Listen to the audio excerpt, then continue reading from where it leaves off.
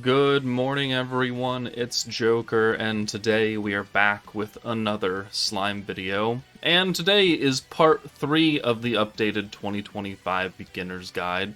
The first video talked about re-rolling and units that you should be looking to pick up. The second video was a very broad overview on how to play and some other intricacies of the game, and some free stuff. Today's video is going to be talking about what events new players should be focusing their efforts on, their stamina. What should they be playing in order to make their account best as possible in the early game? So we have a list of topics to talk about. There are a number of different events in this game, so it can get very confusing, and I'm going to try and break it down as easily as possible without overloading you with unnecessary shit. So let's get started. Alright, starting off, of course, is the actual story chapters. There are 30 of them as of the 4th anniversary, which I haven't even done chapter 30 yet. But this is how you will progress naturally through the account, because as you go through the story, you unlock more and more things. You unlock more buildings to build in Tempest. You unlock more areas to build in general, which will allow you to do certain things. It will allow you to talk to more people in your towns for bond experience. And it will just help you improve your account and grow your nation. So story chapters, always important things to do. There are 3 different difficulties to each stage. The beginner stages also have some story quests that can give you some free 4 stars, or some crystals, or some skill enhancement materials. Once you get to normal and expert, those are taken away and they're only the fights, but they also give you, rewards, grindstones. This is the primary way you're going to get a lot of your early game materials is through story quest.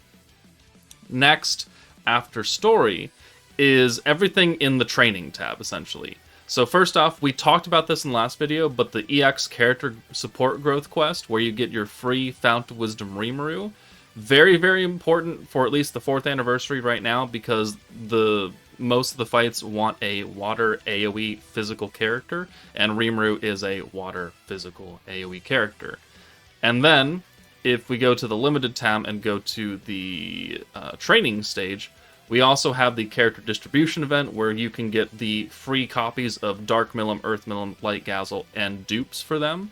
We talked about that in the last video as well, but this will help you get your starting protection gauge to 0.5 meter that people always ask me about. 2 stages that you must do, because this one is quite limited. The other one is always here, but it gives you 4 free characters, so please, for the love of God, do those. Next to that, in the rest of this tab, you can ignore Chamber of Memories, you can ignore the EX Ability Release quest, but things you should be doing is the daily Predator Battle. It's only 2 fights a day. The Magicule quest, the Gold quest, and the Ability Release quest, because it takes Magicules to level up your characters. So if we go check out someone who's not leveled up, all the way down, bitch-ass Leon. In order to level him up, you need Magicules. You're going to need a lot of them, because as a new player, you're going to have a lot of new characters coming in. You need millions of Magicules. I shit you not. Millions. You will need a lot of ability release rocks, because every character has at least 5 ability release boards, and they all take the different colored rocks. Red rocks, green rocks, blue rocks, yellow rocks, rainbow rocks. You need all of them for the 5 levels. So you need a lot of those as well. And you need a lot of gold, so you can make new gear for all of your characters. And you're going to need to make a lot of gear, since you have 10 characters in battle slots or support slots that all want their individual gear. So those stages are going to be very important, that you need to grind every day or do missions every day to get the materials.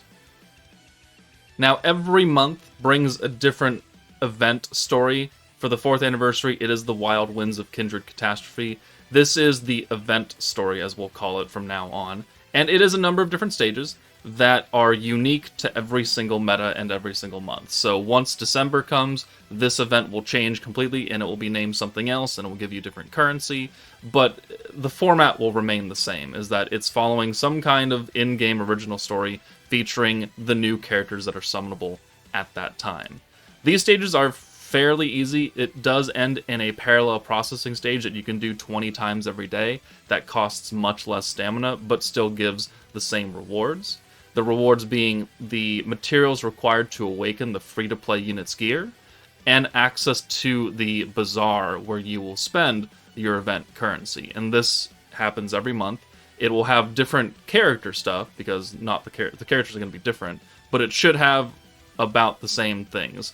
2 free multis for every first banner of a meta, a blueprint for the event's building, level up materials, potions, and other materials that you need to make gear or ability release rocks or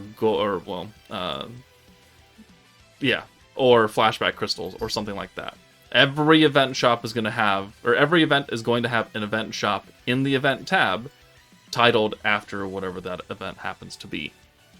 Make sure to do that every single day. Do the 20 parallel processing stage every single day, because even after you're done getting the rewards, you can exchange the currency for other things as it opens up, because it does get a second update about 2 weeks after the first banner drops. So make sure to do that. Some easy free crystals come from the special tab. All of these original storylines that were written by Fuse or have something to do with older events in the game, these are all like cutscene kind of things. Some of them have some fights, but as you progress, like a lot of them are super duper easy. So Maiden Tempest, you get 15 crystals. Okay, that's not great. But as we continue down, we get more crystals, and all you have to do is watch a cutscene. You could skip the cutscenes for all I care. But 25 crystals plus a 50k fight. Okay, well, hey, 100 crystals right there. That could help you out. These are fairly easy and doable. The Elemental Armaments one might be a bit difficult because it's got a higher EP thing, but it is giving you, again, free crystals. So, do those. And then we move on to the Equipment tab, which is going to have a lot of the old, like, OG release kind of events that you can easily take on. Conquest is where you will begin your gear forging process, because there are 7 different events for 7 different types of elements, and they all drop materials related to making elemental gear. Dark cores, space cores, wind cores, etc., etc. So when you have a water-specific character that you need to make gear for, you come to the water stage for Conquest, and this is the lowest difficulty where you're going to get a lot of these, and you can get water cores and hammers and feathers to make elemental gear for water characters or dark characters or whatever. This is the lowest difficulty stages. Tempered Edge is going to be the next tier up from Conquest, but they do pretty much the same thing. They are built for elements, you can tell from their little background colors, but they're going to be more difficult fights. But they are still going to drop cores and grindstones and gear for making gear, materials for making gear. So this is like, Conquest is phase 1, Tempered Edge is phase 2. Conquest Prime we won't worry about right now, ignore that. Crucible is a very basic tower climb event, which starts very, very, very easy. Battle 1, 140k EP, you can get that pretty quickly. But they do give you guaranteed materials for making new gear, and each fight has a couple crystals as well, along with other materials. And this is 100 fights, which I haven't even... They recently refreshed it, so there are 100 fights, 100 stages that are getting 5 crystals apiece, plus hammers, plus gear and materials. That's pretty good. Make sure to do that. Now going back to the limited tab, alongside the meta event story every month, there's going to be a beatdown battle. And this is where you will get the dupes and other things required to max out the current free-to-play character. Right now, it's the Mirror World Gabiru named Trishula, and there are going to be a number of fights here that go and scale up in difficulty, and these stages are geared towards the current meta. So it's going to want you to use a more specific team build based on what color orb the team wants, what elemental damage type the team wants, and if it's a speed team versus a charge stacking team. So they're all going to play into the summonable characters that are coming out whatever month you are playing. Now, they're generally easy enough that you can use a number of different teams, and I have, I think 3 videos coming out on how to clear EX2 using a bunch of different teams, just to showcase that. But you will get 5 dupes for the free-to-play character, and you can get them to level 100. And you're also going to get this currency. It's going to change every month, but today it's Mystic Scales. and you can take that into the Beatdown Battle Bazaar, and you can buy other materials related to awakening the character. More dupes, the skill enhancement materials, hammers for gear, gold. So this stage also has a 10 times parallel processing event that you can do every day, and that is just lower cost of stamina, gives you the same rewards, gives you the event currency, which you can then trade in for the materials to awaken the free-to-play character. So there's a parallel processing stage for the Beatdown battle every month, and there is a parallel processing stage for the event story every single month. So do those every day because they are limited and they cost a lot less stamina. Now every month there are going to be limited time missions related to the events Kindred Catastrophe, Beatdown Battle. There's also going to be some bingo boards related to the event. So Evolve Trishula's Lance, there's a couple different boards that are going to give you more materials to awaken the free-to-play character, blueprints, autogram emblems, tickets, and generally there's also going to be some other kind of event going on. So always make sure that you're checking the bingo boards and getting these easy-to-claim rewards. But also, at least right now, there is the Chancellor Rookie Support campaign for the next 25 days. And this is a great way to do very easy missions while also learning the game and getting a literal crap ton of materials that you're going to need to level up characters. 300,000 Magicules down here, gold hammers, platinum hammer for just clearing Conquest. You can go up the list, you get smaller hammers, more tickets, and more importantly, you get Flashback crystals, which are important for getting some of the older free-to-play characters, because you take these blue crystals into the Flashback Bazaar, all the way down here, and this is where you can get all of the previous free-to-play units, and their gear, and their skill enhancements. So if you need units to bulk out your team, if you need orb changers for a blue stacking team, or a green team, or you need a healing character or something, this is where you will get these characters. Now, I already have videos out on who I think are the best picks out of the shop. I'll link that down in the video description, so I won't talk about it today. But you will use all those blue crystals in this shop. Also, you can also get them from the normal event shop. So the Wild Winds of Kindred Catastrophe, all the way down, you have Flashback crystals. So after you're done buying out all the limited option things, you can come down, you can buy unlimited amounts of Flashback crystals.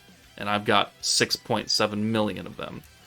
But you can buy those, and you can continue to buy out more and more of the previous free-to-play characters. So please make sure to do those missions while they're still here for the next 20-something days, and buy out the important free-to-play units from this shop. Alright, and the last thing I want to talk about before we end the video is there is a lot of daily content that resets. The Predator battle, the event quests, the Beatdown battle that we've talked about. So if it's a little bit hard to remember what is actually limited, they did introduce for this latest update the new daily button down here, which will show you all of the limited access stages for that day. So we have the daily, hours left, 18 until all these stages reset. So the daily Predator battle, the daily Beatdown battle. I've already done the daily event story stuff, the 20 times parallel process, so that's no longer listed. Once you do these, they will disappear off this list, and it's just kind of like a checkbox. So, I need to do the daily 4th anniversary quest. I need to do the 10 times parallel processing for this emblem ceremony, which may or may not be around when you watch this video. But this is a very good button to show you what is limited for today, and do you still need to clear it. Once you do, it will be gone, and you won't have to worry about it anymore. So, if you're ever confused or ever lost about daily stuff, click that button. But overall, that's going to do it for this video. We did talk about quite a few different events. The game has been around for 4 years now, so there is going to be a lot of stuff just here and there that you need to take care of. But this is primarily what newer players have to focus on. We're not worrying about ranking events or high difficulty things right now. So please just make sure to grind those limited stages and grind those training stages to get your characters leveled up, because that's the most important thing. But if you have any other questions, let me know in the comments below. And that's it from me. Take it easy, and I'll see you all later.